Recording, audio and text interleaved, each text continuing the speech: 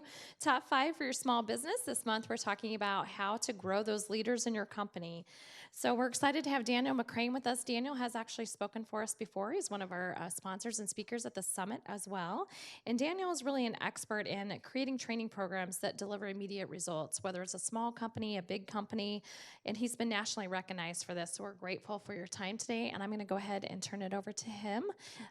We do have the camera going in the back, and that is because people are watching in via live simulcast.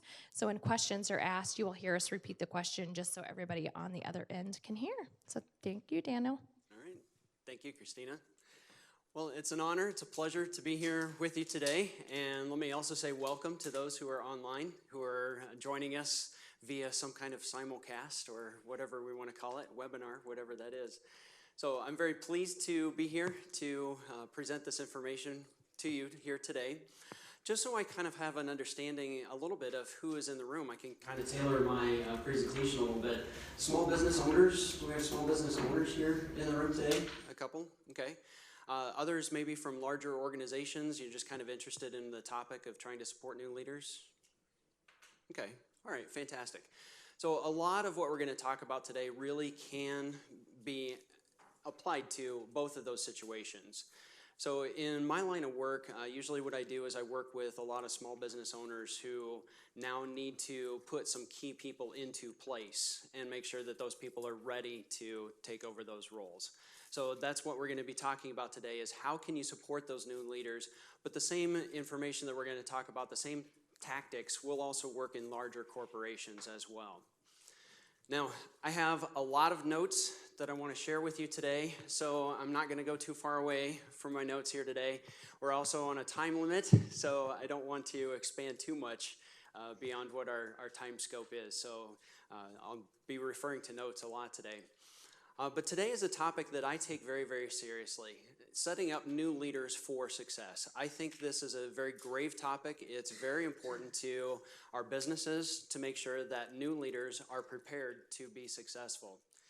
According to research that's been done by the Corporate Executive Board, it takes a new leader as long as 2 years to get fully up to speed when they take over a new role. And after that 2 years, they typically only perform at an average rating on a performance rating scale after the 2 years of being on the job. Now, if you take a high performer and promote them into a management position, there's a chance they can reach that acceptable performance rating in just a year, so 50% of the time. But the hard part is, how do you take a high performer and put them into a leadership position? Has everyone heard of the Peter Principle? The Peter Principle that says you get promoted to the highest level of incompetence. So have you ever seen someone who's a high performer, they do really good at their job, we now put them into a leadership position, and suddenly they tank. They can't perform. They can't be a leader. They were great at what they were doing, but it's a completely different kind of skill set to operate at the level that we're asking them to be at now. So making sure that leaders are supported and have what they need to be successful is very, very important. In research that was done by the Gallup poll, they interviewed over 7,000 US adults and found that the reason that people leave jobs, you all know this, 50% of people leave their jobs because they had a bad manager. So we all know this. People leave managers, they don't leave companies. And if that manager does not get the support that they need, that transition to take over that role really is in jeopardy. So going back to that research by the Corporate Executive Board, when poor leadership transition is taking place at an organization, the productivity of their direct reports is reduced by 15%. Their intent to stay is reduced by 21%, and their engagement is reduced by 9%. So even if this transition takes place, and even if some of these employees stick it out and decide, I'm not going to put up with this new manager that's put in here who has no idea what they're doing, their performance really goes down. So promoting someone into a new position really is kind of a make or break situation for a lot of organizations. So as the CEO of Gallup says, Jim Clifton, he wrote, "The single biggest decision you make in your job, bigger than all the rest, is who you name manager. When you name the wrong person manager, nothing fixes that bad decision. not compensation, not benefits, nothing. And then he goes on to say, for a lot of corporations, they'll spend billions of dollars a year on everything but hiring the right managers. And he writes, they'll buy miserable employees latte machines for their offices, give them free lunch and sodas, or even worse, just let them all work at home, hailing an enlightened policy of telecommuting. When really, if we just take a look at giving the support to the managers when they need it, how many problems could be solved?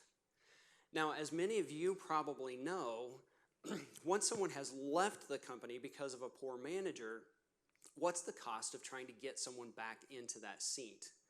So this also becomes very, very expensive. This is why I believe this is so important, such an important topic, especially for small business, where sometimes you're just trying to make ends meet as a small business owner. For an employee earning $10 an hour, it can cost as much as $3,500 for recruiting, training, to get that person back up to speed in that seat. The Society for Human Resources Management, SHRM, for their research, says that for managers, it can take as much as 9 months' salary to try to recruit someone and get them up to speed. So if you have a manager that's making $40,000 a year, that's $30,000 that you're spending on recruitment and training to try to get them in place. And this is even if you can find a good person.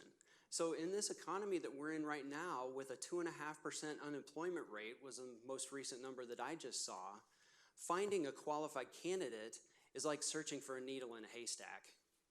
So if you can even find someone, this is the additional cost. So while you're trying to find this person, you're going through lost opportunity cost because you don't have the staff to handle the work. You've got the training cost when you try to bring this person in, finally. So promoting someone into a leadership position, if it's the wrong person, really is a very costly proposition. So that's what we're going to talk about today. We're going to talk about top 5 things that you can do to support a new leader. So this topic is relevant for you if you are an insurance agent, a dentist, a chiropractor, a financial advisor, if you have some kind of shop, if you're a business owner, if you're a roofer, a landscaper, in short, if you're any kind of entrepreneur. My slides jumped ahead of me. If you're any kind of entrepreneur at all, or if you're coming from those larger organizations, we're going to use the term intrapreneur because you're inside the company. You're trying to influence and cause things to happen inside that company. So here's what we're going to talk about today and what you're going to learn. This clicker is really very sensitive. Okay, good to know. So top 5 ways that you can support a leader in your organization. We're going to talk about team building. We're going to talk about giving authority, training, coaching, and mentoring for your leaders. Now, if you take the information that I give you today and you find a way to implement it in your organization, you're going to find all kinds of efficiencies in your organization. You're going to have teams that work better together. You're going to be able to reduce costs. You're going to have, in short, a thriving office. Or if you choose not to listen to what I'm going to talk to you about today, you can just have your regular old status quo. So completely up to you. But let me tell you a little bit about myself and why I'm up here and why I have acquired this information that I'm going to be sharing with you today. So I began my career as a music teacher. So that's a picture of me up there in front of one of the bands that I used to teach. And I came out of college as a music teacher, and I was going to change the world by impacting students' lives through my most favorite art form, music. And I was gifted with everything there was to know about the entirety of music history in the world, and I could talk at great length about compositions and literature of music, but I knew nothing about how to relate to students, communicate with parents, organize volunteers. In short, I could not have been set up for failure any more than I was. So my very first year teaching, I very successfully took a program that I had inherited of 75 students down to half by the end of the first year. And I was devastated. I didn't know what to do. I didn't know where to go. I didn't know who to turn to. I didn't know even that I should ask for help. That was the worst part. And one of the things I've always told my kids as they were growing up is, you can do anything you want to, even if you have to ask for help. So fast forward quite a few years, I found myself working in a corporate environment, and I started noticing some of these leaders are really effective, and a lot of people want to get on their team, and other leaders are not very effective, and people can't get off of their team fast enough. What's the difference between these two? And through my role as a trainer in these corporations, I got a chance then to work on leadership development and to help leaders. So in reflecting on my own leadership experience as that failed band director, and in studying other leaders, now this is the situation where I'm in right now, where I come to you, I bring all of this information that I have learned, that I've read about, that I've all put together to share with you. And so this is what I do now. Every time I step out of my door, I'm trying to make sure that we have the very best leaders that we can in our community. So just a quick glimpse of some of the organizations that I've had the pleasure of working with there, just so you know where I'm coming from, who I am. So I'm not just making this all up, but I really believe that I am on a mission. Des Moines has a great thing going for it, and the greater Des Moines area here too, for those who are joining us online. We've got a lot of great things going for us, and I really want to make sure that our small businesses in particular, but every leader wherever they are, whatever their role type is, can provide the very best quality leadership opportunities for the people that they are working with, because all of this just contributes to our community. I really want to make sure that our community can grow and thrive. It's motion sensitive, it feels like. But I want to make sure that the small businesses in particular who've made promises to their customer are around for the long term. I want to make sure that those leaders who are in larger corporations make sure that their direct reports get to go home on a regular basis, excited for what happened that day and ready to come back the next day. So we're going to talk today about 5 ways that we can support leaders. It jumped back on me there a little bit. 5 different ways that we can support leaders. So let's dive in first of all by talking about team building. So I'm going to grab my notes here real fast. In team building, you need to recognize that in many cases, the person who has just been promoted may have been that high performer on the team. They may have been a peer of the team that they have now inherited, and they're now trying to lead. So recognition of that is going to be very, very important. In this leadership role, we don't necessarily want this new leader to be on great friendship terms. They can be friendly, but they need to change the role, the relationships that they've had with people who have formerly been their peers. So recognition of that is going to be very, very important. I didn't even touch it that time, and it advanced. Maybe it's on a timer. Maybe I accidentally put timing on this. Okay, I'll keep this in hand so then I can always go backwards to where I want to go. Okay, so we'll stay here for a moment though. So when you are working with this new leader, one of the most important things you can do is work on some team building to make sure that we've got newly established roles for this new leader. Now, in team building, some things that are important to recognize is that all teams go through these 4 stages. Yeah, it's some kind of timing that I sent you, Christina, so that'll be my fault. So I'll just keep this and I'll keep going backwards whenever I need to. All right, so all teams go through these 4 stages: storming, forming, norming, and performing. So it kind of works like this. When a new team comes together, they kind of got all different ideas. They may not have common goals that they're working toward. And so trying to get all of those goals and ideas together is going to be really, really important. So that's where the storming part comes into play. Then we come to forming. Forming is where now the team is past all of this. They've gotten past all of the different ideas and everything that they've had. They've accepted who their leader is, and now they're starting to form together as a team. Then we move into the norming stage where the team starts to work together. So now we can figure out what's our baseline, what are we trying to accomplish here? And then the last stage is that of performing, where now we've got a high-performing team that's working well together.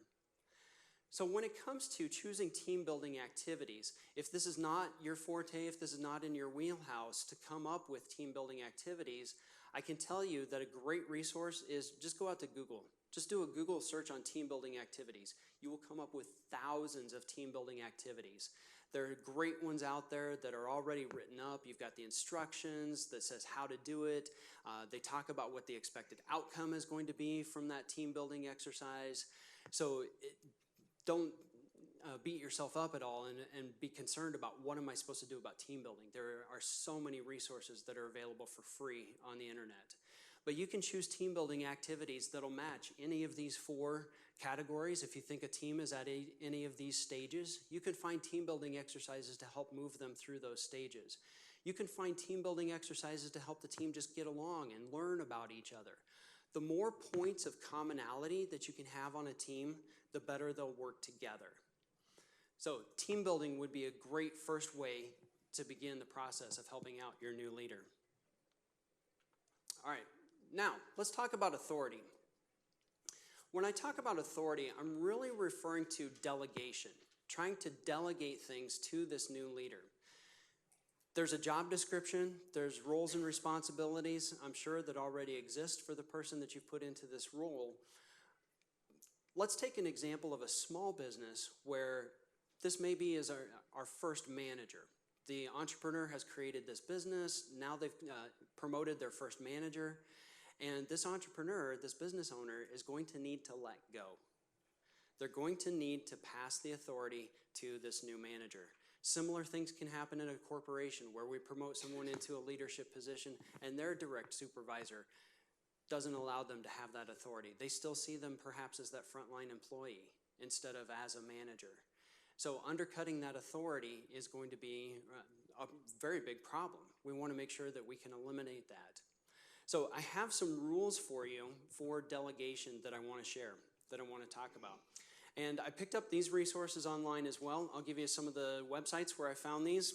I found some of this information on irmi.com. There's an article called Best Practices for Delegating. I found other research on levinecoaching.com as well as techrepublic.com. So I want to make sure that I just give credit where credit is due. Rather than me coming up with all this stuff, I thought, well, there it is. This is great stuff. So I'm just going to use what they've already put together. But authority really is about delegation. We've got this new leader in place, and we need to make sure that we have delegated the roles and responsibilities. We've delegated the authority to them. So here are some rules for delegation. You need to clearly define the job. Communicate the outcome of the job. Okay, there we go. Stay there.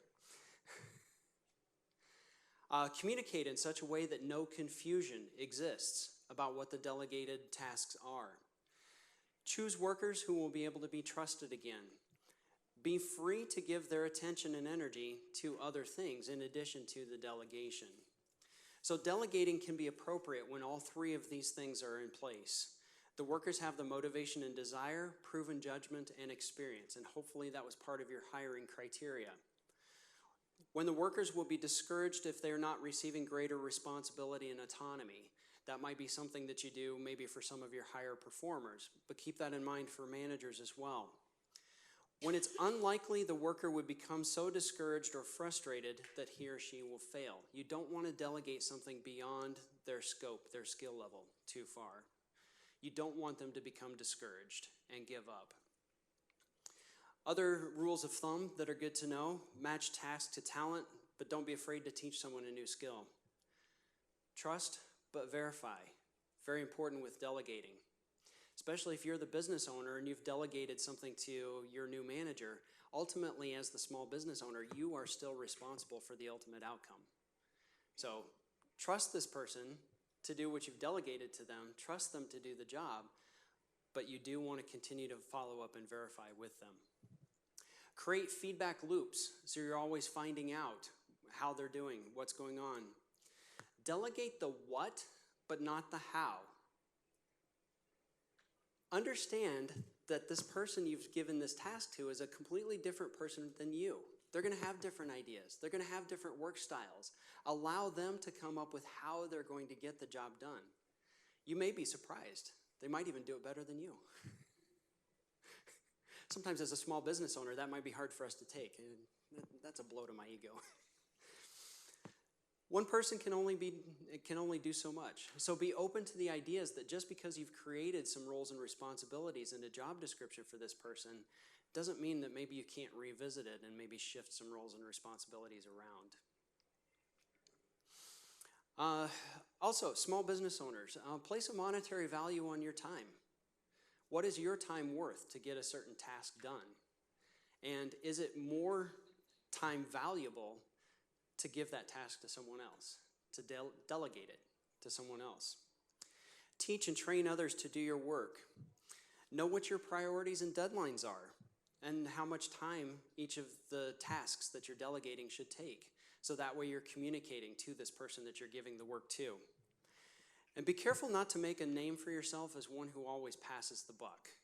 So in a larger corporations, anyone ever seen that happen where a vice president says, we need to get this done, and the director says, yeah, you're right, we need to get that done, and they pass it on down the line instead of taking responsibility for it themselves.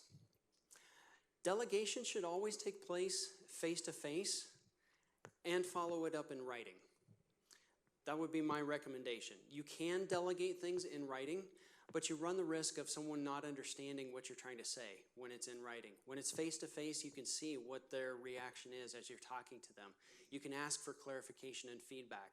But then, as we're going to talk about here in a little bit, people's memories after they walk out of the room are not 100% accurate. So follow up your discussion in writing so that everything is in writing as well. Specify what needs to be done, by whom, and by when.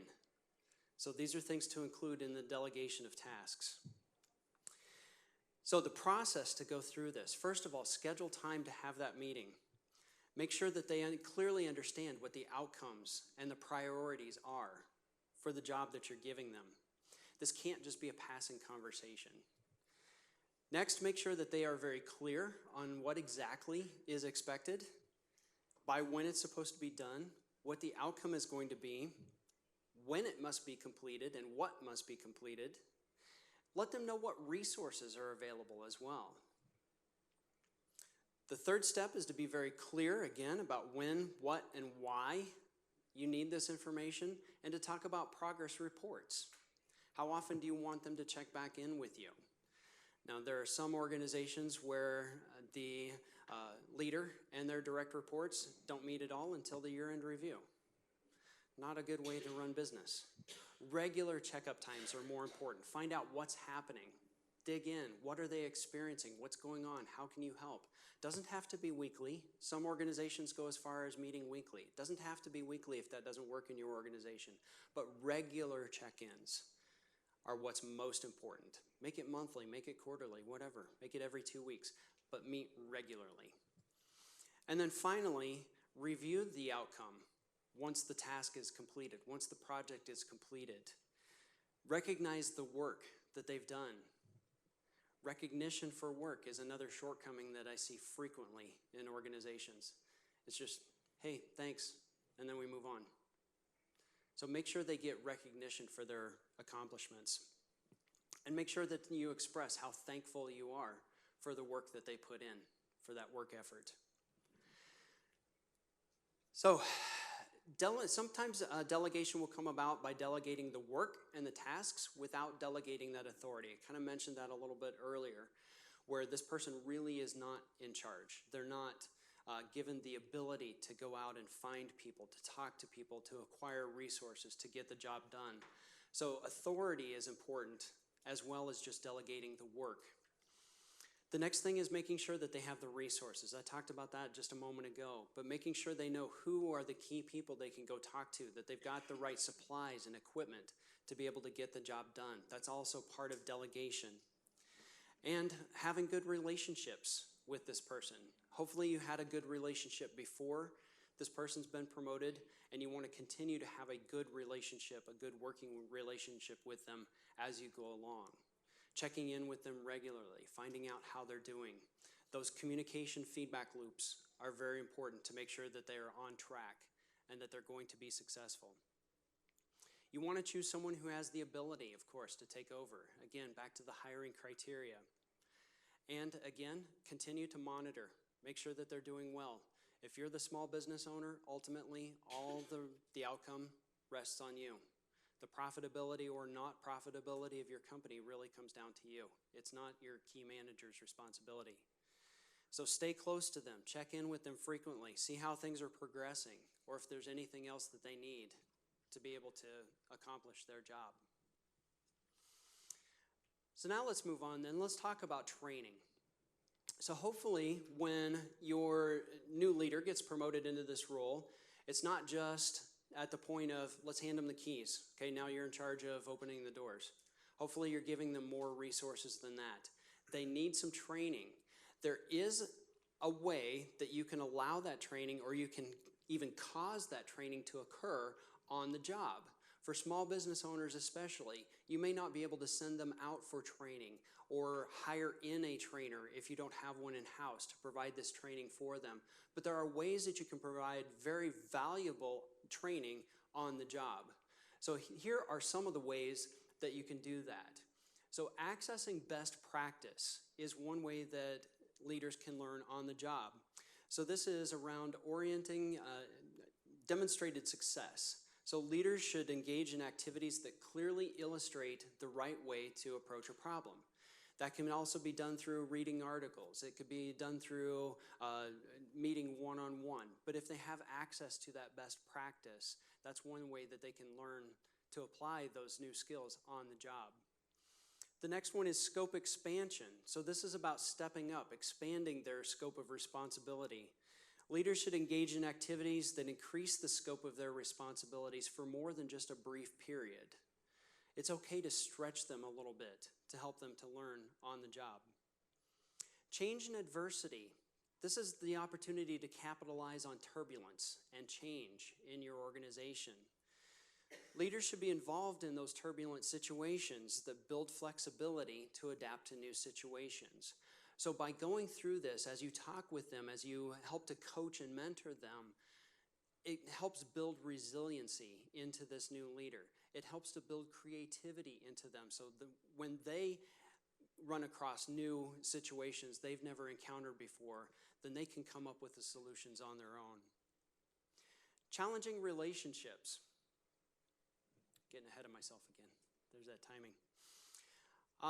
Drive interpersonal skills that are portable, that can be moved from this location to this location, or from this situation to this situation. But having those interpersonal skills that this leader is able to take with them and apply to new situations. They need to be involved in situations that develop widely used soft skills and interpersonal people skills. Persuading and teaching is another way to learn on the job. So leaders should be involved in activities that require active participation in successfully communicating their ideas. So challenge your leaders to say, okay, we've got a decision presented before us here. I want you to argue the pro side of doing this, and give them a chance to state their case and to build that capability. And making difficult decisions, raise the stakes. So leaders should engage in decision-making activities where the cost of making mistakes forces deliberate reflection, where you can stop and have them reflect on lessons learned. What did you learn about this opportunity? You know, the story is told at IBM where a division manager ended up losing the company like $10 million or whatever it was, as the story goes. And he got called into his supervisor's office, and he walked in, head kind of down, and sat down. He said, I guess you'll be firing me now, won't you? And his supervisor said, are you kidding? I just paid $10 million to educate you. So even learning from our mistakes can be a valuable way to learn on the job. Now, learning on the job, some of the opportunities that are useful are when it stretches a person beyond their comfort zone. when it gets them outside of what they're already comfortable doing, that's when learning takes place. Learning never takes place inside our own comfort zone. Accountability. Does this new responsibility that you're giving this person come with accountability? That's another good test to find out whether this is going to be good for on-the-job learning. Lesson visibility. Does the task or the project or the role raise this person's visibility within the organization so more people see what's going on? That contributes to greater on-the-job learning. And lesson relevance. Will they learn something from this new task or this responsibility that they can take away and apply in the future? So, there we go. There's the 4 steps for on-the-job.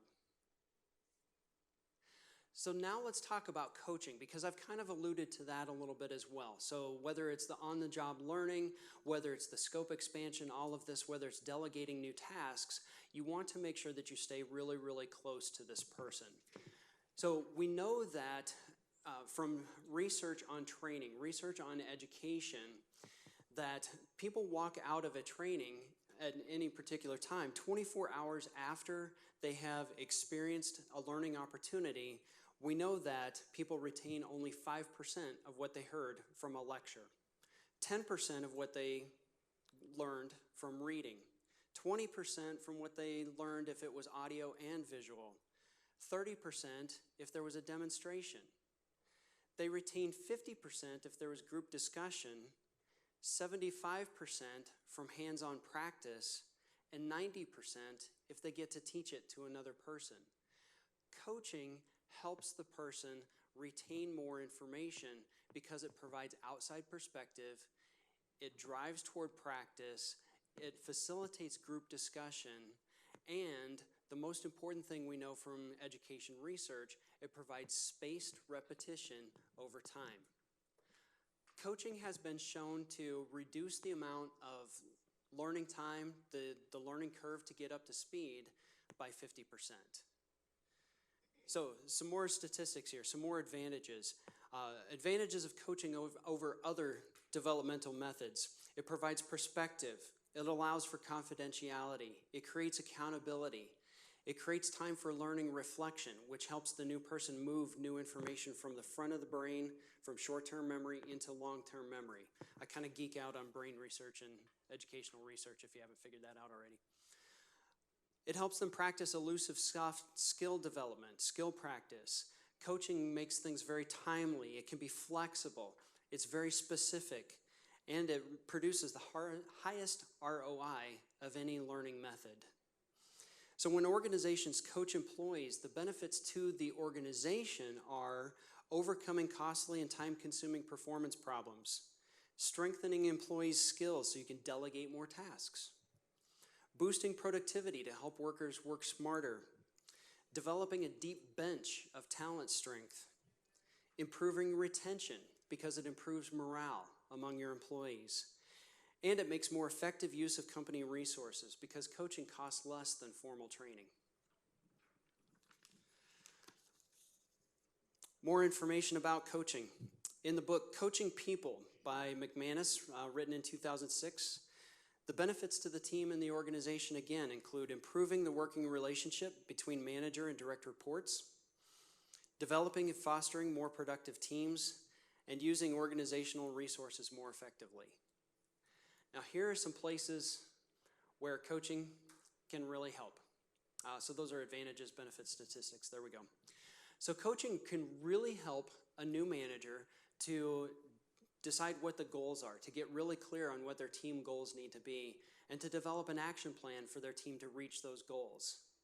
Coaching can be used to help this person upgrade any skills that they need to be able to lead this team forward. It can also be used to take a look at the environment that the team is operating in. Are there handoffs from this team to this team that could be facilitated better if we put them in a different location? Or in an environment where there's not adequate lighting so they can't get their work done. So optimizing an environment. But finally, coaching really is most important in helping this new leader figure out what's that inner psychology that's going on. What are those stories that they're telling themselves? And what are those difficult situations that they're dealing with their new team? So coaching can be a very valuable tool to help your new employee get up to speed as a leader. And then finally, that brings us to mentoring. So understand that, especially as a small business owner, you have built this business now to the point where this person is ready to take over some management duties, but they've never been in your shoes before. Maybe they've never been an entrepreneur before. They don't have the benefit of your experience. So mentoring really is the top way that you can support your new leader. Someone who's been there before, who can provide perspective, who can give them advice, who can walk them down the right path, who can provide that perspective to them. And if you're the business owner and you're providing that mentoring, that's the ideal situation. If you're in a larger organization and now this person has just been promoted and now they're reporting to you, this is an ideal situation. You are the correct person to provide mentoring to this new leader. So with mentoring, there are some key ingredients for successful mentor-mentee relationships to make sure that mentoring is successful. Reciprocity, mutual respect, clear expectations, personal connections, and shared values are all very important to make sure that the mentor relationship stays where it needs to be. So a mentoring relationship really goes beyond a supervisor-employee kind of relationship. It even goes beyond a teacher-pupil or a coach or coachee relationship. That mentor-mentee relationship is something that you'll see develop and will last for years, for many, many years. You'll hear people talk about someone they considered to be a mentor, and years after the relationship has ended, they still say, no, that was my mentor, and I'm actually still learning things today, even though I haven't talked to them for years. I'm still learning from the things that they told me. So that mentor relationship is so important to make sure that we're passing along good leadership skills and values. Now the responsibility of the mentor is to help keep an eye on the big picture. You've got the experience and you've been there before. So watch out for warning signs of team dynamics, things that are going on the team that you can help to prepare this person for. Watch out for signs of burnout. That happens a lot with leaders trying to manage a new team, especially if they don't have the experience, if they've never been here before. They might get overwhelmed and they might begin to get burned out. So help watch for signs of that. Provide advice, but don't get attached to your own advice, mentors. That's kind of tough to do sometimes, isn't it? Especially if you're the business owner, if you're the entrepreneur, and this is how I did it, and this worked, and this was great, and this is the advice that I'm going to give you, but it doesn't always work out that way. Have you ever tried to give advice to your kids, too? That's a different kind of mentor-mentee relationship, isn't it? Yeah, a lot of times I'll ask my kids, hey, do you mind if I make a recommendation right now? And sometimes they say no. And so then I let them learn. And then we debrief afterwards. That's the role of a mentor. See how they take your advice and how they apply it. Now, on the other hand, the mentee's responsibilities are that they need to diligently take advice, or at least evaluate it. They need to determine the best way to implement that advice. They need to be open to honest feedback. They need to prepare for meetings with their mentor. Don't show up unprepared if you're going to visit with a mentor, by the way. It's within their rights to just walk out. Yeah, be ready for that meeting. The mentee's responsibility is to do their homework and respect the experience of their mentor. Usually when mentor-mentee relationships fail, it's because of poor communication, lack of commitment, personality differences, perceived or real competition between the mentee and their mentor, conflicts of interest, or inexperience on the part of the mentor. So, these are the 5 best ways to support your new leader: team building, authority, training, coaching, and mentoring. So, once again, why I do this, I really feel like I am on a mission. I really want to make sure that every small business has quality leaders to help run the employees and the staff, to fulfill the promises to the customers, to make sure that the business is going to be around for decades to come.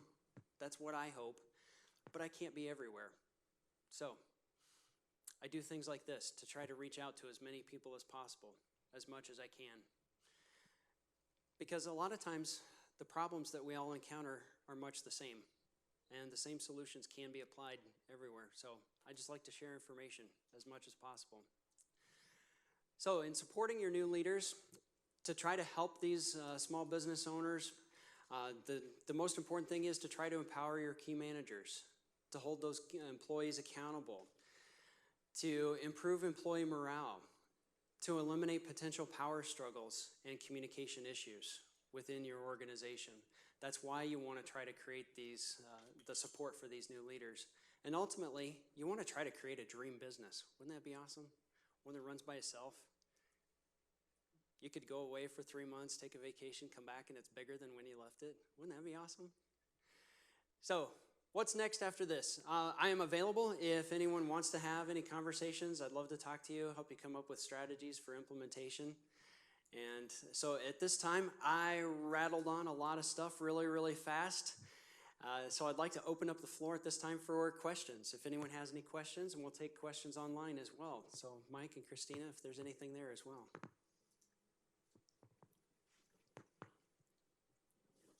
Okay? Anybody have a question?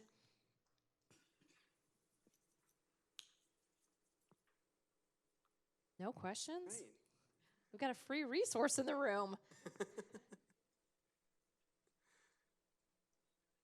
Yeah, fantastic. I was thinking about Yeah. how a lot of people are hired into an organization, but they're kind of given a seat and saying, "Hey, you've got great experience, go to town," right? But I think a lot of organizations miss the opportunity to provide coaching and mentoring. When I'm thinking, if I think about like a sales perspective, right? You come into the organization, maybe it's to a new industry. Wouldn't it be great if your leader actually showed you how to do it, got on the phone with you, went out to clients with you, let you shadow them so that you could be proficient in your role? I think a lot of organizations will throw people in a seat, especially in sales, just hoping they're going to perform a miracle. Mm-hmm. Mm-hmm. But I'm thinking about small business owners and how much time do they have to dedicate to that type of activity? Does it make more sense to outsource it? Or should you think about that more seriously before putting a person in the seat? Sure. Yeah, good question. So for our online guests, the observation was made that a lot of times a new leader just gets put into their seat. Maybe it's even in a sales organization. We have a new salesperson that's brought in, and a lot of times, really, they're just kind of left to their own. Wouldn't it be better to have a plan in place to figure out how are we going to make sure that this person learns what they need to know? And that was the gist of the question, I believe. Is that correct? So, yeah, when we bring in a new employee and we sit them down at the front line, we do show them a little bit what to do, don't we? We show them how to answer the phone, or what do I want you to say, or here's how to turn the lever on this machine. Why don't we do the same thing with our leaders when we put them in that position? Why don't we give them some time to sit down with their direct supervisor, say, follow me along, shadow what I'm doing. Let me show you how to do this. Yes, absolutely. So coming up with some kind of a plan, and that's where we get into some of that coaching or that mentoring, and it can even be done internally. Yeah, so it can come from you. Yes, absolutely. Very important. I don't know if anyone's ever experienced this situation in a large corporation. I saw this a couple of times where new employee shows up on the first day, and this would be frontline employee, not a leader who's showing up. This new employee gets here, their leader doesn't come down and greet them. They're standing at the security desk. They don't know where to go. Finally, somebody from HR walks them up to their desk. They get to their desk. There's no computer. There's no phone. There's no work for them to do. And they end up sitting there for like 2 weeks before their leader finally gets around to ordering supplies and showing them what to do. Yeah, it's a horrible situation. But we do that to leaders all the time as well. Yeah. Yes?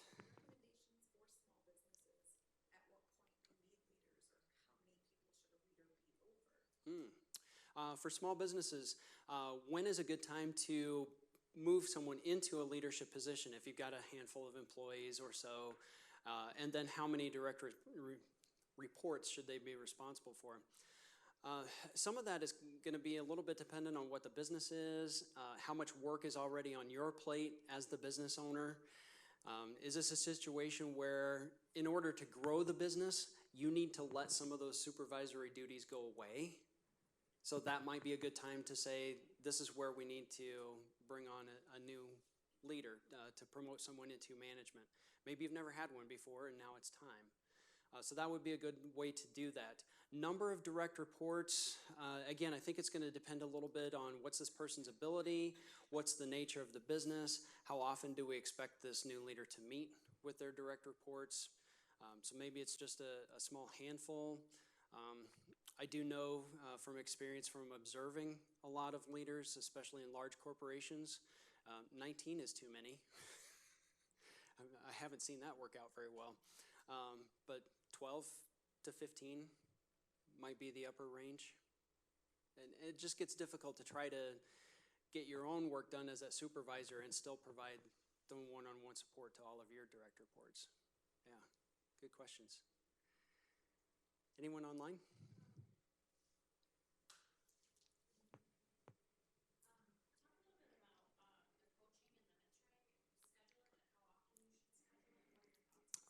Okay, sure. The question is about how often to schedule coaching and mentoring sessions. I would say that it really kind of depends on what's the skill level of this person that you're coaching and mentoring, what's the amount of work that needs to be done, and how much information are you trying to share with them. So you can structure things all kinds of different ways. Maybe it's short, focused gatherings that you get together on a weekly basis, where everything is just really quick hits, and then go off for a while and practice what we've just talked about. Maybe there would be more value in having deeper conversations, so you want to have longer time together. So maybe an hour together, but then maybe you want to space that out a little bit just for time constraints. You don't want to meet an hour every week. That might be too hard on each of your schedules, but maybe an hour every other week. Maybe an hour a month is fine when you're in that mentoring relationship, where you're not really working on skill development that you might be doing with coaching, but now we're just mentoring. We're just trying to bring this person along. We're trying to help them shift their mindset from being that doer in the business to now being the supervisor and the leader. So we're trying to get them to think at a different level. So maybe an hour, hour and a half once a month in a mentoring style relationship would be sufficient. So there's a lot of if this, then that kind of things that you can take into play, but there's so much flexibility that you can do as well. So make up something that's agreeable to both of you. Yeah.